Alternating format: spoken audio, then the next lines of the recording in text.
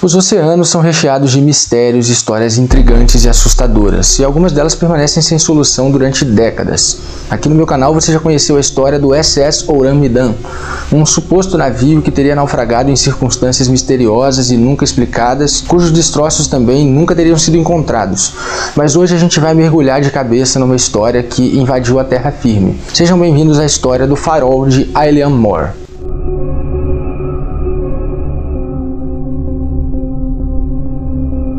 Se você não me conhece, meu nome é Thales Lima, eu sou o Príncipe Sky, seja muito bem-vindo ao meu canal, espero que você goste. Aqui tem vários tipos de conteúdo diferentes, inclusive vídeos como esse aqui, de mistérios e curiosidades. E hoje nós vamos embarcar em mais um mistério náutico, mais um mistério dos mares. Mas antes de começar o vídeo, aquele ritualzinho básico de sempre que todo produtor de conteúdo tem que fazer. Caso você ainda não me conheça, ou se você me conhece, mas ainda não me segue aqui nas minhas redes sociais que estão passando aqui embaixo, ó, Twitter, Instagram e Facebook, todas aqui. Lá você pode conversar comigo, pode trocar uma ideia, pode sugerir coisas também. E agora, recentemente, para aquelas pessoas que possam e queiram colaborar com o canal de uma forma direta em relação a financeiro, eu abri uma chave Pix, que vai passar aqui embaixo também vou deixar aqui embaixo. É uma forma de quem pode e deseja colaborar com o canal em si e com projetos específicos também. Mas vale lembrar que o seu like, a sua inscrição, o seu comentário, a sua interação são o principal que sempre motivou e que sempre vai continuar motivando esse canal aqui. Então, por favor, se inscreve aqui se você não for inscrito ainda, clica aqui no gostei se você gostar desse vídeo, comenta aqui embaixo depois quando acabar também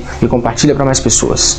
Vamos agora para nossa história, mas antes um pouquinho do contexto e do local onde ela vai acontecer, que é o pequeno conjunto de ilhas chamado de Flannan Islands. As ilhas Flannan, também chamadas de os Sete Caçadores, são um pequeno conjunto de 7 ilhas situados a aproximadamente 32 quilômetros ou 20 milhas a oeste da ilha de Lewis, na Escócia. O arquipélago recebeu o nome de Saint Flannan, um pregador e um abade irlandês do século VII da região. Essas ilhas são divididas em 3 grupos. As mais ocidentais são Isla Agruba, que é a Ilha do Ferreiro, traduzindo para o português, Roirin, que tem um arco de rocha natural em cima dela, e Brona Clyde, que na tradução seria uma rocha afundada triste.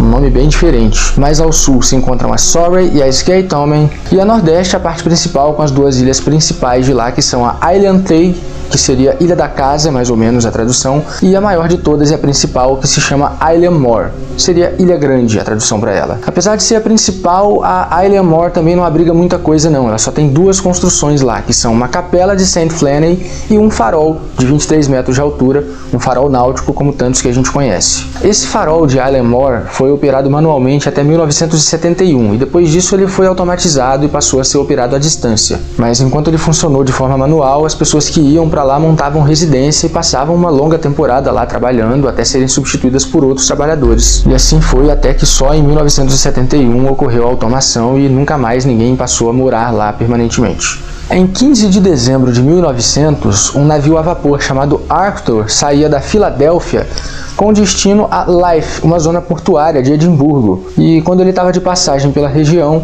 ele anotou no diário dele que a luz do farol de Isle More não estava funcionando corretamente durante uma tempestade que ocorria. O tempo estava muito ruim e o farol, que serve exatamente para iluminar a passagem durante períodos mais difíceis, chuvosos, e localizar um pouco o caminho dos navios, não estava funcionando bem. Naquela época haviam 3 pessoas trabalhando no farol. Os 3 trabalhadores se chamavam James Ducat, Thomas Marshall e Donald MacArthur. Bom, o vapor Arctur conseguiu aportar 3 dias depois lá em Leith, 18 de dezembro ele chegou lá e ele reportou a situação que ele tinha visto lá no farol para o Northern Lighthouse Board, o NLB, que é o órgão responsável, em português seria Conselho dos Faróis do Norte. Eles avisaram que o farol de Isle More não estava funcionando corretamente, que eles passaram por lá e não tinha luz, e aí foi enviado um navio de socorro, um faroleiro chamado Hesperus. Bom, o Hesperus zarpou imediatamente em direção ao farol. Ele saiu da vila de Brascote, que fica na região de Lewis, e ele estava planejado para aportar ainda no dia 20 de dezembro, só que as condições estavam muito ruins, e ele acabou passando 6 dias a mais no mar do que se imaginava e acabou só aportando na ilha no dia 26 de dezembro, depois do Natal. Bom, quando eles se aproximaram da ilha, a tripulação do Hesperus começou a notar algumas coisas muito estranhas, muito incomuns para quem estava acostumado com aquele trabalho. Bom, para começar, o mastro não tinha bandeira e também não tinha nenhuma das caixas de provisões ali para reabastecimento próximas da borda da ilha ali,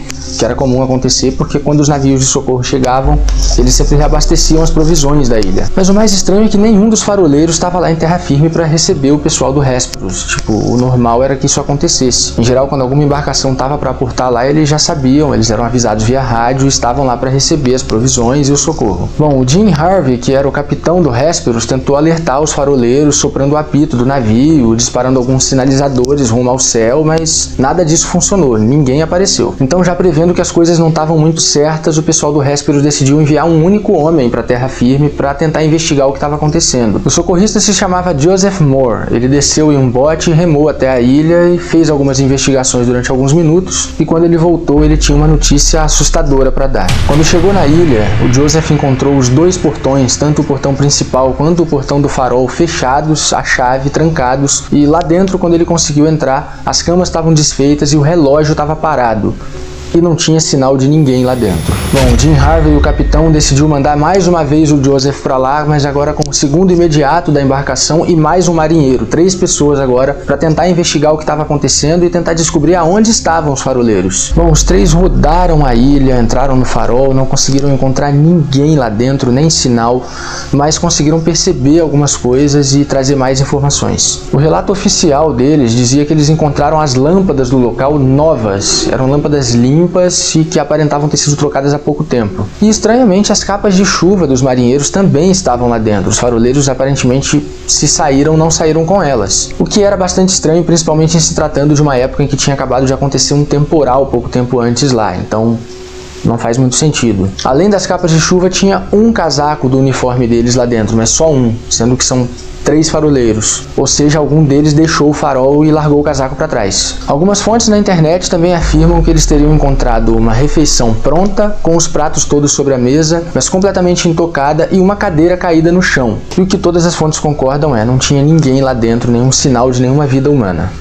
Bom, depois disso, os 3 marinheiros que tinham descido para investigar ficaram na ilha porque tinham um problema para ser resolvido, O farol precisava continuar funcionando e ainda estava sem luz, então eles ficaram lá para resolver o problema. E o Hesperus, enquanto isso, voltou para Lewis e foi levar as notícias péssimas que eles tinham para lá. Ainda no mesmo dia, o capitão Jim Harvey enviou um telegrama para o NLB contando o que tinha acontecido. Um terrível acidente ocorreu nas Ilhas Flannan.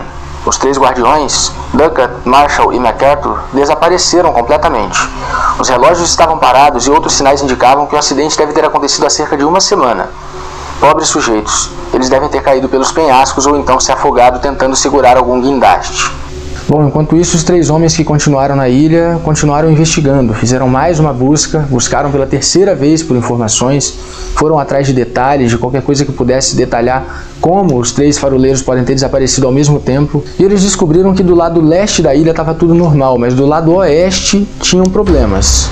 Vários sinais de danos causados tanto na paisagem natural e na vegetação, quanto em objetos que estavam lá, dando a entender que a tempestade tinha sido fortíssima realmente. De acordo com a página da Wikipedia sobre o caso, tinha, por exemplo, uma caixa quebrada que estava mais ou menos a 108 pés ou 33 metros acima do nível do mar. O conteúdo da caixa estava espalhado e também tinham algumas grades de ferro danificadas ali em volta do farol. Algumas partes da ferrovia de ferro que eles tinham, que era utilizada para transportar as caixas com as provisões para cima quando chegavam, estavam fora do concreto. Provavelmente foram arrancadas com a força dos ventos durante a ventania da tempestade. O mais impressionante é que no topo do penhasco, que dá uns 60 metros acima do nível do mar, tipo mais de 200 pés, até a grama tinha sido arrancada, tipo a mais de 10 metros da borda não tinha mais grama porque a ventania e a tempestade e as ondas varreram tudo. Bom, algumas fontes pela internet afora compartilham algumas informações que não estão presentes no relatório da busca oficial e nem da investigação final. De acordo com algumas versões dessa história que são encontradas na internet, o livro de registros dos faroleiros tinha algumas informações estranhas sobre esse período. As fontes que citam esses acontecimentos vão ficar também aqui no comentário fixado no topo, junto com todas as fontes dessa pesquisa. De acordo com elas, no dia 12 de dezembro, o Marshall, um dos faroleiros, teria escrito no livro de registros sobre ventos fortes como ele nunca havia visto em mais de 20 anos. Bom, até aí isso poderia coincidir com o mau tempo que foi relatado pelo vapor Arctur quando passou pela ilha. Só que de acordo com essas fontes também consta nos registros da época que nenhuma tempestade tinha sido registrada por ninguém fora dessa ilha na região inteira. Alguns desses textos também citam que o Marshall teria relatado uma atividade muito estranha por parte dos companheiros dele, que o Ducat estaria muito quieto e que o MacArthur, que era o mais experiente do grupo todo, estaria chorando desesperado e orando e pedindo a Deus que aquilo tudo acabasse logo, o que que não condiz com a postura dele, que era um marinheiro experiente, era um velho lobo do mar, trabalhava nisso há muitos anos, conhecia as condições. Ainda de acordo com essas fontes, o Marshall teria continuado em 13 de dezembro dizendo que a tempestade tinha piorado, ainda estava muito forte e que eles todos estavam orando, pedindo que aquilo tudo acabasse logo porque estavam com muito medo. E em 15 de dezembro teria sido o relato final dele dizendo: "A tempestade acabou, o mar está calmo, Deus está no controle de tudo." Bom, 3 dias depois, em 29 de dezembro, o então superintendente da NLB, que se chamava Robert Myrehead, aportou lá em Island Moor para conduzir a investigação oficial para descobrir o que teria acontecido. Bom, a primeira coisa que ele notou que foi relevante foi o uniforme que tinha ficado para trás, que ele descobriu ser do MacArthur. Isso levou ele à conclusão de que os outros 2 faroleiros desceram primeiro, talvez antes da chuva ou não, e que o MacArthur teria descido depois, já durante a tempestade. Ele também observou que quem deixou o farol vazio por último, provavelmente o Donald MacArthur, estava cometendo uma infração nos termos da NLB, porque isso é proibido. Myrehead também descreveu que alguns dos danos que haviam lá no cais e em alguns pontos da ilha eram, nas palavras dele, difíceis de acreditar a menos que você esteja vendo. Segue aqui a tradução do relato dele. "Pelas provas que pude obter, fiquei convencido que os homens estavam em serviço até a hora do jantar no sábado, 15 de dezembro, quando desceram para guardar uma caixa na qual estavam as cordas de amarração e outros equipamentos, que estavam em uma fenda na rocha cerca de 34 metros acima do nível do mar. E então, uma onda muito grande provavelmente alcançou a face da rocha, subindo acima deles e descendo com imensa força, e os varreu completamente." Nenhum dos corpos foi encontrado para confirmar as mortes, mas eles foram dados como mortos por razões óbvias, e pelo menos nas investigações e nas fontes que eu encontrei sobre o caso, não é citado se essa investigação prosseguiu. Eu acredito particularmente que ela deve ter sido encerrada no mesmo dia, porque não faria sentido continuar, uma vez que era praticamente impossível que eles estivessem vivos. Até com o que se tinha de recurso tecnológico na época, eu acho que não era possível fazer muito mais do que isso. James Duckett deixou uma esposa e 4 filhos, e Donald MacArthur deixou uma esposa e 2 filhos. Eu não pude encontrar informações sobre se o Thomas Marshall tinha alguma ligação familiar ou pessoas próximas, e nem sobre se as famílias deles receberam alguma assistência depois desse incidente. Mas depois dessa tragédia, a reputação do NLB e do próprio farol durante os próximos anos ficou muito ruim, por razões bastante compreensíveis. Bom, eu também não encontrei novas informações sobre nada muito relevante que tenha acontecido lá depois dessa época até 1971, que foi quando o farol foi automatizado. Mas eu creio até que pela falta de informações, signifique que nunca mais ocorreu nada muito relevante. O resto da história tripulada do farol deve ter seguido tranquila, sem grandes incidentes acontecendo mais. Pelo menos é o que a gente conclui. Bom, toda essa história, o desaparecimento, o fato de não terem encontrado corpos, o fato das pessoas terem sumido de lá da forma como sumiram, gerou muita especulação, muito sensacionalismo da mídia que existia na época, e é claro que muitas lendas também. Algumas delas, inclusive, são frequentemente compartilhadas pela internet afora como parte da história real, sendo que não são. Claro, algumas das histórias que eram compartilhadas na época são absurdas demais para que as pessoas de hoje em dia levem a sério, né? São coisas da época mesmo, tipo dizer que uma serpente marinha teria devorado os homens todos, ou ainda a história de que um barco pirata fantasma teria levado todos eles embora. Algumas outras são no mínimo improváveis também, como diziam que talvez espiões estrangeiros tivessem sequestrado os 3 faroleiros. Eu não sei vocês, mas eu acho que é bem difícil, pelo menos me parece bem difícil, haver algum interesse por parte de qualquer serviço de espionagem em sequestrar 3 trabalhadores de um farol. Ou ainda que os 3 tinham conseguido um navio secreto aí novo, onde eles zarparam e começaram uma vida nova, tipo, saindo de um arquipélago qualquer, sendo 3 pessoas comuns, eles arranjaram outro barco e foram embora, simplesmente. Não sei, é bem improvável, vai. Isso aí parece até sugerir algum tipo de trabalho de condições muito ruins. Eu não sei, sinceramente, quais eram as condições do trabalho deles, mas eu acho que é bem improvável que eles tivessem até condições de fugir dessa forma. E por que eles fugiriam dessa forma? Não seria mais fácil se demitir? Enfim, não tem como eu entrar nesse mérito aí, se eles tinham algum tipo de pressão, algum tipo de regime muito severo, mas me parece que seria bem difícil. Bom, é claro que as teorias sobre abduções alienígenas também começaram em algum momento, né? Sempre tem pessoal para falar isso. Tudo foi ET. Agora, vocês se lembram que lá atrás, enquanto eu contava a história, eu mencionei que algumas fontes e algumas informações que são mencionadas não são oficiais e que algumas até mesmo contradizem os relatos oficiais em algumas partes? Pois é, alguns deles são retirados inclusive de obras de ficção que em algum momento acabaram se misturando com a realidade e passaram a ser compartilhados como se fossem parte da história. E aí aquilo tudo condensou no imaginário coletivo, seja porque as pessoas queriam deixar a história mais interessante do que ela é, ou seja porque as informações são desencontradas mesmo. A gente está falando de uma época remota. Uma delas é exatamente a afirmação sobre a cadeira que estaria caída na mesa e a refeição pronta na cozinha. Nada disso foi relatado por nenhuma das pessoas que investigou o caso na época. Na verdade, essa afirmação estava presente num poema chamado Flannan Isle, escrito por um poeta britânico em 1912. O nome dele era Wilfred Wilson Gibson. Eu espero estar pronunciando corretamente. Segue o trecho que causou a confusão. No entanto, quando passamos pela porta, nós só vimos uma mesa posta. Para o jantar, carne, queijo e pão, mas tudo intocado e ninguém lá. Como se ao sentarem para comer, antes mesmo que pudessem provar, o alarme soou e eles com pressa se levantaram, deixando o pão e a carne. Por causa disso, na cabeceira da mesa, uma cadeira caiu no chão.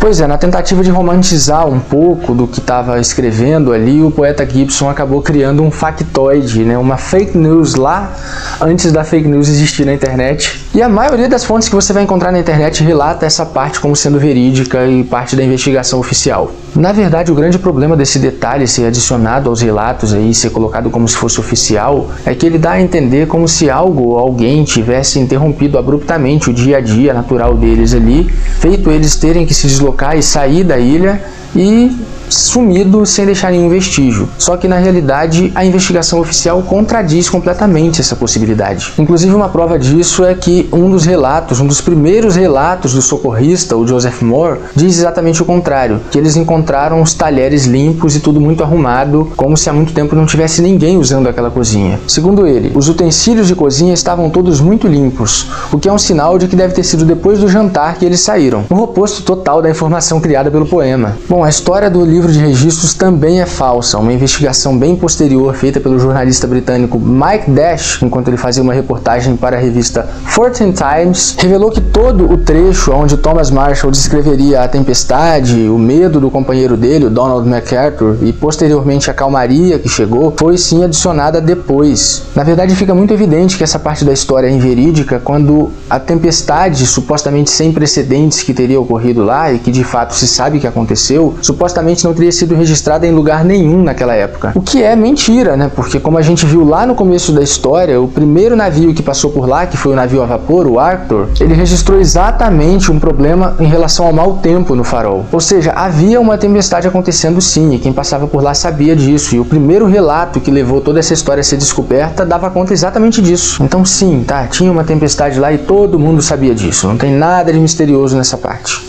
Algumas outras teorias também foram formuladas na tentativa de explicar o porquê desses acontecimentos, porque, ainda que eles provavelmente tenham ocorrido mais ou menos como o investigador Meyerhead conseguiu concluir, ninguém sabia exatamente o que pode ter levado os três faroleiros a saírem de dentro do farol ao mesmo tempo e os três se acidentarem de uma forma muito semelhante. Novamente, a página da Wikipedia sobre o caso cita uma investigação feita por uma pessoa chamada James Love. Eu confesso que eu não consegui encontrar nenhuma informação mais a respeito de quem seria essa pessoa, e olha que eu procurei bastante a respeito desse nome. Mas, de acordo com a informação, a investigação feita pelo James Love teria dado conta de que o Thomas Marshall já tinha recebido uma multa anteriormente da NLB por ter perdido material em uma tempestade. Parte do equipamento dele teria sido perdido e ele foi multado. Partindo dessa informação, o Love acredita que possivelmente o Marshall e até mesmo o Duckett tivessem saído atrás daquela caixa que foi encontrada lá toda revirada. Talvez fossem equipamentos que por algum motivo estavam lá do lado de fora e que eles, com medo de perder na tempestade e serem multados novamente, tentaram resgatar. Como o terceiro, o MacArthur, foi o único que saiu sem o casaco, a teoria do Love é que ele deveria ter ficado lá dentro esperando, como deveria ser, porque os três faroleiros não podem sair do farol ao mesmo tempo, mas como os companheiros dele estavam demorando muito, ele acabou indo atrás para saber o que tinha acontecido e se deu mal também.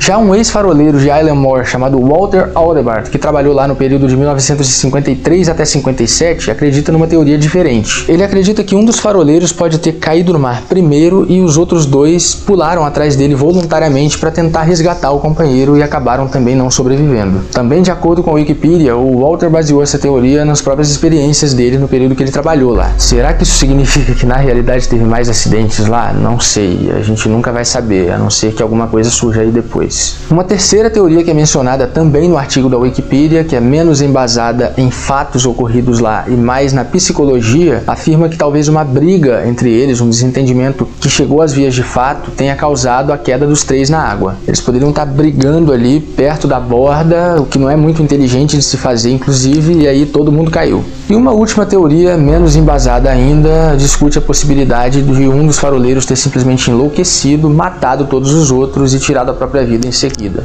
Bom, dessa vez nós temos uma conclusão um pouquinho mais fechada, né, diferente dos outros vídeos, então esse aqui vai fugir um pouco daquela regra dessa série de normalmente não ter conclusão nenhuma no final. A investigação terminou apontando que os três homens se acidentaram durante o temporal e é muito difícil, sinceramente, que a realidade fuja muito disso. Eu costumo sempre dar a minha opinião no final dos vídeos e a minha opinião hoje é de que o que aconteceu de fato, pelo menos assim, as motivações para o que aconteceu e o desenrolar dos acontecimentos, não pode ser muito diferente do que está entre as teorias do James Love e do Walter Audubon. Não dá para saber exatamente como eles acabaram caindo na água, embora a tempestade seja o fator principal, mas tudo indica que aquela caixa que foi encontrada ali realmente está envolvida na questão. Ela provavelmente estava entre as motivações ou foi a motivação principal para que eles saíssem do farol naquelas condições terríveis, porque não é muito inteligente você sair nessas condições à toa. É tipo quem saía de casa sem máscara no auge da pandemia e, cara, tá pedindo para morrer. E sim, embora eu não afirme, eu acho que